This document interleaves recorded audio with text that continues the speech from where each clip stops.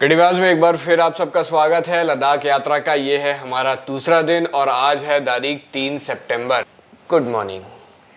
Good morning from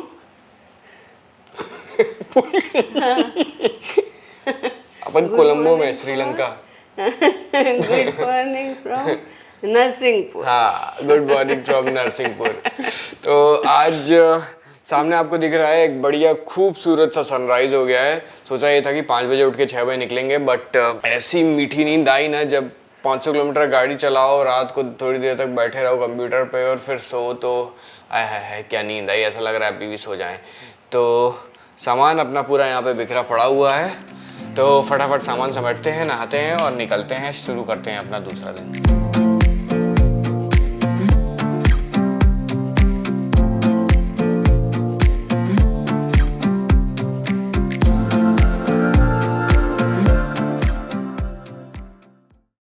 तो निकलते निकलते बज गया है 7:15।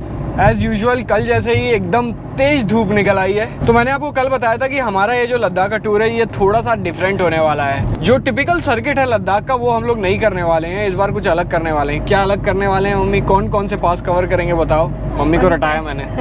सच पास, शिंकला पास एंड उमंगला पास।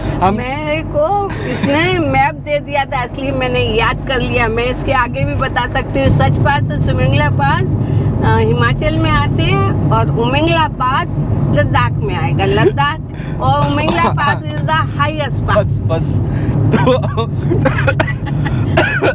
अच्छी स्टूडेंट हूँ ना मम्मी, बोलने दो ना। तो जैसे मम्मी ने बताया, पहले जो दोनों पास हैं, सच पास और शिंकुला पास, ये दोनों हिमाचल में पड़ते हैं। अगर आपको याद होगा, पिछली बार लद्दाख ट्रिप से जब मैं लौट रहा था लेह मनाली रोड पे, एक जगह खड़े होके मैंने कहा था कि ये रोड बाइकर्स में बहुत फेमस हो रही है, मुझे जाना है। मैंने और मम्मी ने सोचा था कि देखते हैं कब मौका मिलता है, और भगवान ने 1 साल में ही मौका दे दिया। तो ये दोनों पासेस तो हिमाचल में हैं, इनके रास्ते काफ़ी कठिन होने वाले हैं। उसके बाद तीसरा जो हमारा इस बार का सबसे बड़ा टारगेट है, जिसका नाम है उमंगला पास है, और उमंगला का ऑल्टीट्यूड है 19,100 फीट। इंडिया में बड़ा ये हाईएस्ट पास है। तो ये जो 3 मैंने आपको पासेस बताए, सच पास, शिंकला पास, उमंगला पास, ये हमारे इस बार की प्लानिंग है, इस बार के टारगेट्स। मैंने और मम्मी ने दोनों उसकी जम के तैयारी की है। मैंने तो अच्छे से तैयारी कर ली, खूब प्राणायाम करती हूँ, ऑक्सीजन अंदर बाहर हो। और भैया तुम भी अच्छे से करो। पिछली बार कौन सा पास था वहाँ पे हाँफ रहे थे। पैनगोंग लेक के पास था वो, वहाँ ऑक्सीजन थोड़ी कम थी इसलिए।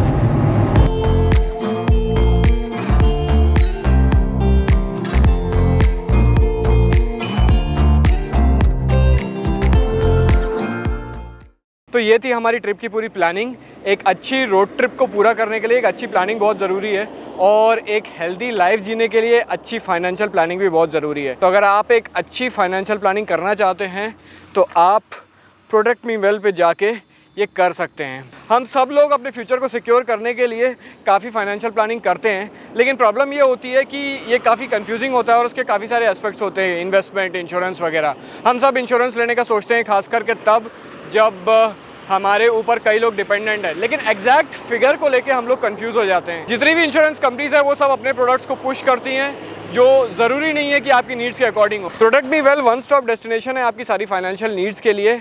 आप प्रोडक्ट मी वेल पे जाके एक छोटा सा फॉर्म भर सकते हैं, जिसमें आपकी एसेट्स एंड लायबिलिटीज आपसे पूछी जाती है, और उसके बेसिस पे आपको सिर्फ एक रिपोर्ट भेजी जाती है जिसमें एग्जैक्ट फिगर दिया रहता है कि आपको कितने का इंश्योरेंस लेना चाहिए, टर्म इंश्योरेंस कितने का लेना चाहिए, रिटायरमेंट कॉर्पस कितना होना चाहिए, और ऐसी कई सारी चीज़ें हैं। तो अभी हाल फिलहाल हमने लिया है दिन का पहला ब्रेक। मम्मी इधर देखो, मम्मी धूप में बढ़िया छाता लगा के घूम रही हैं। वैसे धूप में भी घूमना चाहिए, लेकिन मेरे से नहीं बनता धूप में घूमता, तो मेरे को छाता लगाना ही पड़ता है। छाता वैसे हम लेके आए थे बारिश के लिए, लेकिन इतनी धूप है कि धूप के लिए छाता लगाना पड़ रहा है। आजकल ये जो इतने बढ़िया हाईवेज बन गए, इनकी प्रॉब्लम हो गई है। हाईवे पीछे है NH44, मैं नीचे उतार के आया हूँ। अगर आपको चाय नाश्ता करना रहता है तो कहीं ना कहीं नीचे उतारना पड़ता है। हाईवे पे सवेरे सवेरे कोई हलवाई की दुकान मुश्किल से ही मिलती है। पहले हाईवे शहरों के बीच से जाते थे तो सब कुछ मिल जाता था, अब तो सारे हाईवे ऊपर से निकल जाते हैं। तो खैर, यहाँ पे पीछे मुझे काफ़ी भीड़ दिखी तो मैं आ गया और मुझे मिल गया मेरा फेवरेट पोहा। मम्मी का मन नहीं था, मम्मी घास फूस खाते नहीं। क्या खाओगी? ये खाओगी?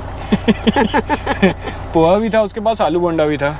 खाओ फटाफट। देख के नमकीन ना आदत पड़ी हुई है ना पुरानी, तो मन होने लगता है खाने का। एक बार हम हिमालय की पहाड़ियों के पास पहुंच जाएंगे, फिर पोहा मिलना बड़ा मुश्किल रहता है। तो मम्मी जी लो अपनी ज़िंदगी। टोल नाके पे एक ऐसी गाड़ी जिसने रिचार्ज ना कराया हो या जिसके टैग में बैलेंस ख़त्म हो गया आ जाती है तो पूरी की पूरी लाइन ख़राब हो जाती है।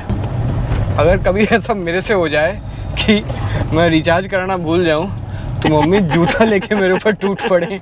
और क्या, अपने संग संग दूसरों का भी तो टाइम वेस्ट करते हो ना। खुद लोगों को नहीं पता रहता कि उनके टैग में कितना बैलेंस है। गया, उसने चेक किया, फिर उसके बाद बोला कि आपके उसमें रिचार्ज नहीं है, डबल पे करना नहीं है तो रिवर्स करो, चार्ज करो, फिर उसके बाद जाओ। फुल कर दो।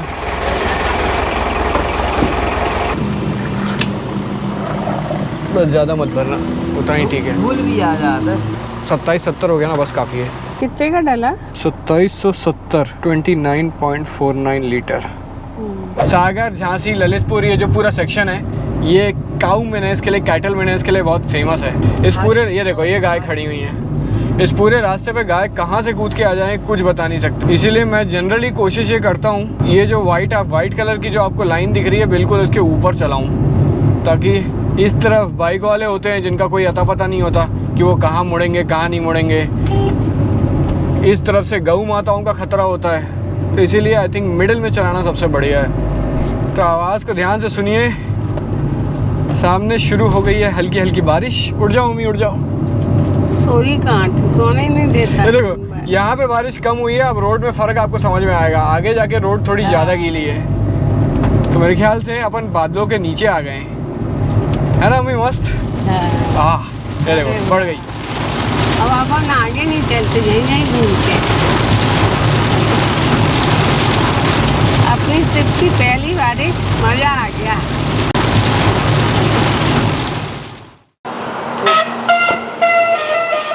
तो हम लोग इस वक्त पहुंच गए हैं ललितपुर। ललितपुर में सामने एक ग्रेविटी रेस्टोरेंट दिखा मेरे को मेन चौक पे। ये जो पूरा एरिया है सागर से ललितपुर झांसी वाला, इस एरिया में ढंग के रेस्टोरेंट्स मिलना बड़ा मुश्किल रहता है। मम्मी को चाहिए रहता है तवा रोटी और शुद्ध शाकाहारी, तो ये तवा रोटी भी है और शुद्ध शाकाहारी भी है। तंदूरी रोटी मैदे की बनती है तो मेरे को नहीं चलती है, खानी भी नहीं चाहिए। यहाँ का माहौल एकदम बढ़िया है। और ये आ गई है मम्मी का खाना। कल मेरे को ऐसा लगा था कि मेरा पेट नहीं भरा था, आज मैंने तबीयत से मंगाया है। तो क्या है मम्मी? दाल फ्राई, मटर पनीर और तवा रोटी। फटाफट खाते हैं फिर बढ़ते हैं यहाँ से। तो आज जाके ऐसा लग रहा है कि पेट थोड़ा भरा है। कल पूरा दिन तो लगा कि कुछ खाया ही नहीं था। आज लग रहा है कि मानसून में हम लोग बाहर निकले। मैं तो सोच रही थी कि इतनी गर्मी है यहाँ, अपन सोच नहीं पाते कि पहाड़ों में गर्म कपड़े रख रही थी तो मुझे लग रहा था इतने गर्म कपड़े क्या जरूरत है इतने कपड़ों की, जबकि सब पता है कि पहाड़ों पर ठंडा रहता है। तो भी यहाँ पे ऐसे सपाट सड़कों पे रहते हैं तो वहाँ का जो एटमॉस्फेयर है उसका अंदाज़ा लगाना मुश्किल है उसकी ठंड का। मुझे वो दिन याद है जब हमारी बोतलों में बर्फ़ जम गई थी रात को, जब एक जगह सोए थे। क्या नाम था जगह? पांग। पीने का जो पानी था वो फ्रीज, बाथरूम में जो पानी था वो फ्रीज, गाड़ी का डीजल भी फ्रीज, सब कुछ फ्रीज हो जाता है वहाँ पे। सब पता है कि इतनी गर्मी होती है, इतनी ठंड होती है पहाड़ों पे, तो भी गर्म जगह पे वो सोचना और उसके लिए तैयारी करना बड़ा मुश्किल जाता है। तो शाम के बज रहे हैं 4:40। एक और ब्रेक लिया है हमने। इस वक्त हम लोग लगभग डबरा के पास पहुंचने वाले हैं। डबरा यहाँ से 20 किलोमीटर दूर है। कल से लेके आज तक हम लोग ने लगभग 850 किलोमीटर का डिस्टेंस ट्रेवल कर लिया है। जो पहला हमारा टारगेट है पठानकोट, वो लगभग आई थिंक 1800 किलोमीटर्स है। तो ऑलमोस्ट हाफ वे थ्रू आधा डिस्टेंस हमने कवर कर लिया है। और आज तो सरप्राइजिंगली हम लोग बिफोर टाइम पहुँचने वाले हैं। सनसेट होने में बहुत टाइम बाकी है। अभी से नज़र मत लगा, नहीं तो पहुँचते पहुँचते अपने को लेट ही हो जाता है हमेशा।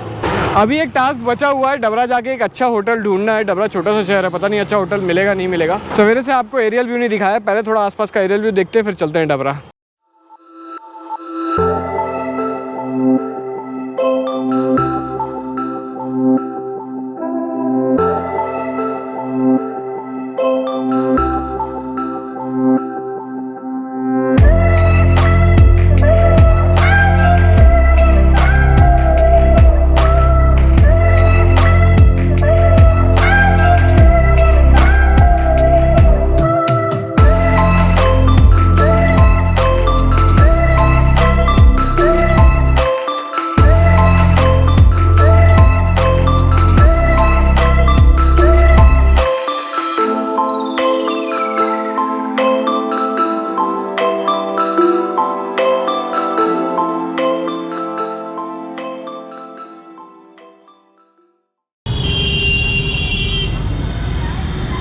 ये हम लोग पहुंच गए डबरा में हम पिछले 1 घंटे से घूम रहे हैं और डबरा में हमारी प्लानिंग डगमगा गई है थोड़ी। मैंने सोचा था कि डबरा में ही रुकूंगा, लेकिन यहाँ पे 2-3 होटल थे, तीनों मैंने देख लिए, मेरे को कोई सा भी जम नहीं रहा। तो आखिरी में हमने क्या तय किया अम्मी? हम अपन ग्वालियर चलते हैं। हम लोग सोच रहे हैं कि फिर ग्वालियर जाके कोई होटल ढूंढ लेते हैं। ग्वालियर यहाँ से मेरे ख्याल से 40-45 किलोमीटर है, 1-1.5 घंटे का रास्ता है। तो हम लोग पहुंच गए हैं ग्वालियर। अब एक दूसरा टास्क है ग्वालियर में होटल ढूंढना। पिछली बार मैं यहाँ पे होम स्टे में रह चुका हूँ, लेकिन मैं थोड़ा सा कुछ अलग जगह रहना चाहता हूँ। देखते हैं कुछ अपनी पसंद की जगह मिलती है कि नहीं।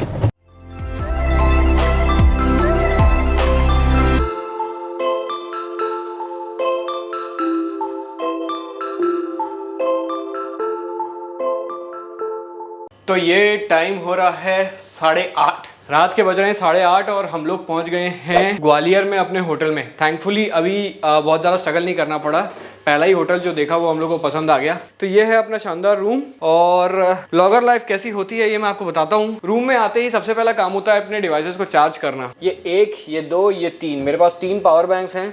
इससे मेरे ड्रोन की बैटरी, कंट्रोलर वगैरह, कैमरा वगैरह चार्ज हो रहे हैं। इनसे चार्जिंग का पूरा काम खत्म हो जाएगा तो मैंने एक स्टॉकर लेके रखा हुआ है, इसमें 3 चार्जर हैं। ये जो तीनों पावर बैंक हैं उनको मैं इससे चार्ज करूँगा। उसके अलावा ये है अपना एप्पल का मैकबुक, ये है मेरी पोर्टेबल हार्ड ड्राइव। 1, 2 दोनों हार्ड ड्राइव्स में डाटा ट्रांसफ़र कर देते हैं ताकि कि एक अगर बाय चांस कोई प्रॉब्लम आए तो अपने पास दूसरी हमेशा से रहे। उसके अलावा कार्ड स्लॉट भी नहीं होता, तो ये है कार्ड रीडर अपना। तो रूम में आते ही सबसे पहले हम करते ही हैं कि सारे डिवाइसेस को चार्ज में लगाते हैं। उसके बाद अपने लैपटॉप से डेटा ट्रांसफ़र करते हैं। डेटा ट्रांसफ़र करने के लिए 4 चीज़ें होती हैं। मेरा ड्रोन का मेमोरी कार्ड, ये कैमरा जिससे मैं शूट कर रहा हूँ कैनन का, और उसके अलावा 2 GoPro। तो ये जो चारों कैमरे हैं इनसे एक करके डाटा ट्रांसफ़र पहले लैपटॉप में करता हूँ और उसके बाद लैपटॉप से दोनों हार्ड ड्राइव में ट्रांसफ़र। तो ये जो पूरा प्रोसेस है चार्जिंग का और डेटा ट्रांसफ़र का, ये लगभग 1 घंटा ले लेता है। अब तक थोड़ा करके हमने जितने भी टूर्स किए हैं उससे हम थोड़ा सीखते जाते हैं। सामान को कैसे ऑर्गेनाइज करना, एडिट कैसे करना, कैसे ट्रैवल करना जिससे थकान कम से कम हो। तो इस बार तबीयत से उसको इम्प्लीमेंट कर रहे हैं। मम्मी भी इस पे बढ़िया पेपर में लिख के उसको इम्प्लीमेंट करती हैं।